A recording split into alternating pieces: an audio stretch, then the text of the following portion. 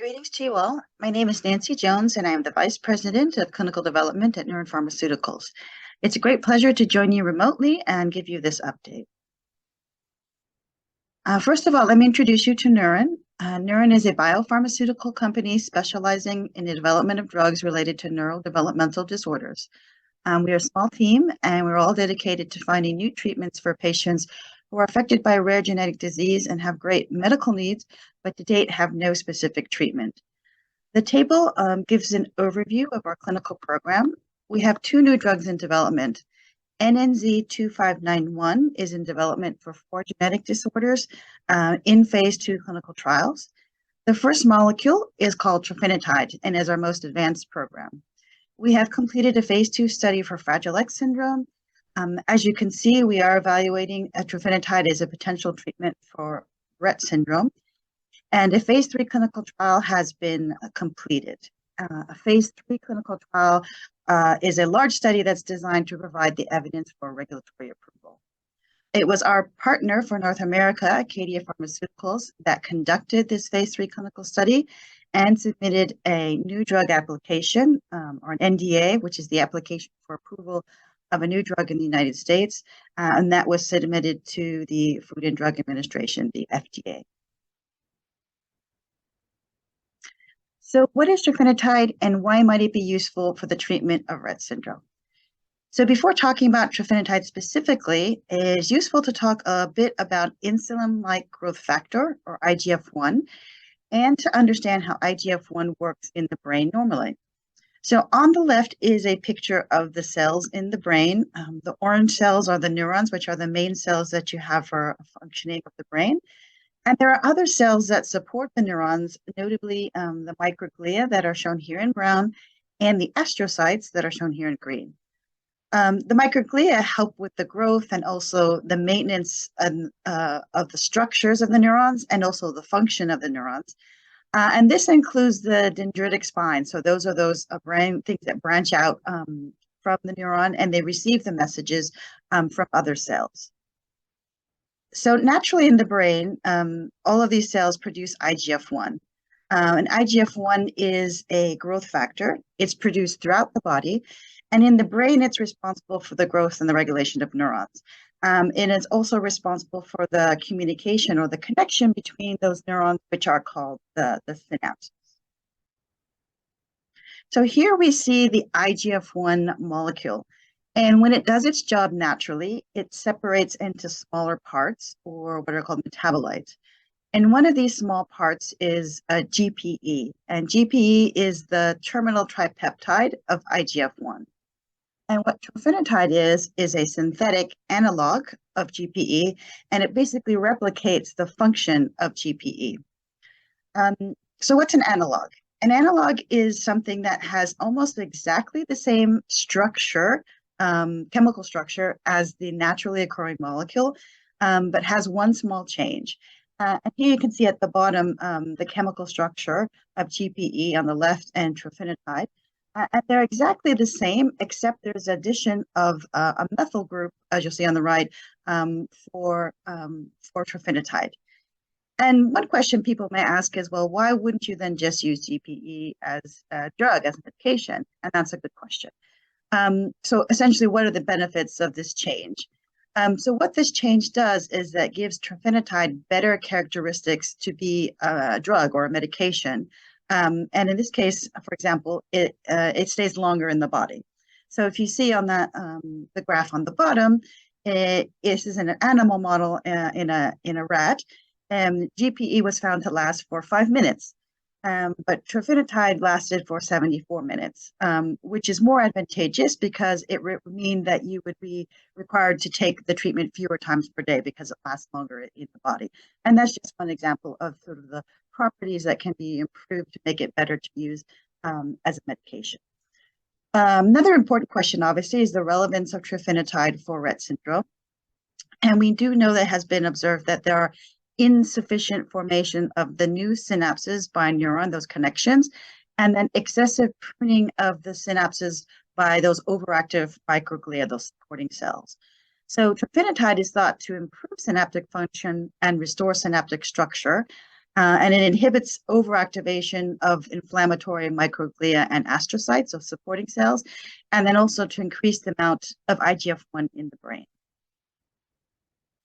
In preclinical studies, we have also specific evidence for Rett syndrome. So I'm showing here the results of a mouse model. And in that mouse model, we found that GPE treatment improved the effects of Rett syndrome. So specifically in this study, it increased lifespan, brain weight, and also the density of those dendritic spines. And then on the right-hand side, you see in a cell-based study, so this is looking at the effect on cells, we found that GPE and IGF-1 can correct neuronal deficits caused by MECP2 mutant astrocytes. So supported by this information, 2 phase 2 studies were conducted. And phase 2 studies are studies to assess the safety and provide the indications of efficacy. So on the left here is the findings from study Rett-001. Rett-001 was a double-blind, placebo-controlled study with 56 participants, 60 to 45 years old. And participants were randomly assigned to receive 1 of 2 doses of trofinetide or placebo for 28 days. Trofinetide was well tolerated, and there were encouraging trends for efficacy. The Rett-02 study was a double-blind, placebo-controlled study with 82 participants between the ages 5 and 15 years old. Trofinetide was also well tolerated in the study, and for the highest dose, we observed improvement in 2 assessments. That was in a questionnaire for the caregiver, which assessed key Rett symptoms, and also in the clinical global impression of improvement, which is a clinician measure of overall improvement. Daffodil is another study, a phase 2 study, which is an open label study looking at young children aged 2 to 5 years old.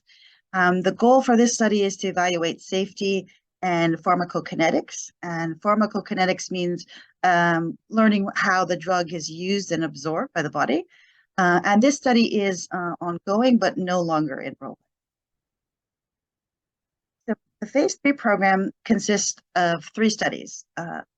Lavender, and that is the controlled double-blind study. Lilac, which is the open-label treatment study. And then Lilac-2 is a study for participants who complete the Lilac study, but can continue on the drug until the new drug application is reviewed. So Lavender was randomized, double-blind, placebo-controlled study. The duration of treatment was 12 weeks. The study included 187 girls and women aged 5 to 20 years old. The co-primary efficacy assessments were the RSBQ and the CGI-I. Secondary efficacy assessment was the communication and symbolic behavior skills developmental profile, specifically the social composite score. That's the CSBS.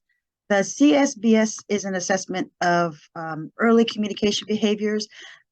This includes emotion, engage, gestures, communication of needs and requests. And the study was conducted in the United States. So a little bit more about the co-primary efficacy measures. So the Rett Syndrome Behavior Questionnaire is a validated 45-item rating scale. It's completed by the caregiver. And the evaluation covers 8 areas specific to Rett.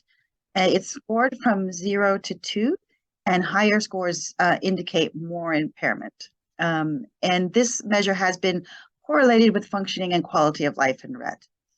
The Clinical Global Impression Scale of Improvement, or CGI-I, is a global assessment of change completed by the clinician. The scores range from 1 to 7, with scores of 1 to 3 indicating improvement, 4 indicating no change, and 5 to 6 are scores that indicate worsening. The overall findings for the Lavender study are presented here. There were statistically significant separation from placebo on the 2 co-primary endpoints, and there was also statistically significant separation from placebo on the key secondary endpoint. I'll talk now in more detail about the Lavender study. Here we see the summary of the participant characteristics. So the treatment groups, the different treatment groups, placebo and trofinetide, were similar for age and also the baseline severity on the CGI-I, which is a global impression of severity. And just over half the girls were between 5 to 10 years old. Just over a quarter were between 11 to 15 years old, and about 20% were between 16 and 20 years old. And based on the CGI-S, the majority of participants were moderately or markedly ill, and very few were considered extremely ill. Here are the results for the RSBQ and the CGI-I in detail. We observed a statistically significant improvement in RSBQ compared to placebo, and we observed a statistically significant improvement of CGI-I in the trofinetide group compared to placebo. For the secondary endpoint on CSBS, there was a statistically significant separation from placebo. So what types of symptoms changed? This can be seen on the RSBQ, which has subdomains in addition to the total score. And here what you're seeing on the graph is a measure of the magnitude of effect or the difference in magnitude between the placebo group and the trofinetide group in each of these domains. The direction on the left indicates a change in favor of trofinetide. And as you can see, all the subscales were directionally in favor of trofinetide. And another important point is to note that the effect was not actually due just to a single subscale. Here we see the findings for safety. The most common adverse events were diarrhea, observed in 81% in the trofinetide group versus 19% in the placebo group. In the trofinetide arm, of those that had the diarrhea, 97% were characterized as having a case that was mild to moderate. The next most common adverse event was vomiting, 27% in the trofinetide group and 10% in the placebo group. And in the trofinetide arm, 96% were characterized as having cases that were mild to moderate. Serious adverse events were observed in 3% of the study participants in both the trofinetide and the placebo groups. So what is the status of the new drug application? Acadia submitted the new drug application in July of 2022 for the treatment of Rett syndrome in patients 2 years of age and older. The FDA accepted the NDA for a priority review, so the decision date set for the 12th of March in 2023. The decision will be based on review of the pivotal efficacy, which is the positive phase 3 Lavender study, supportive efficacy, which is from the phase 2 trial in Rett syndrome, and then also the safety data from the completed and ongoing studies. As of the date of the recording of the presentation, the decision date had not yet been reached, and an update on the outcome of the review on March 12th would be announced on our website. And what is the current situation for the European market? Neuren retains ownership of trofinetide outside North America, including Europe, and Neuren is currently in discussions with potential commercial partners for Europe. We intend to apply for a marketing authorization for Rett syndrome for the European Medicines Agency, the EMA, using the results from the US program. We have received scientific advice from several national regulatory agencies, which indicated the steps to follow to increase the probability of a positive approval. So I'd like to end by acknowledging the efforts of the clinicians and the study teams that participated in the studies I presented here. And of course, very, very special thanks to the girls, the women, and their families who participated and are participating in the studies. I thank you for your attention, and I wish you to have enjoy the rest of the conference.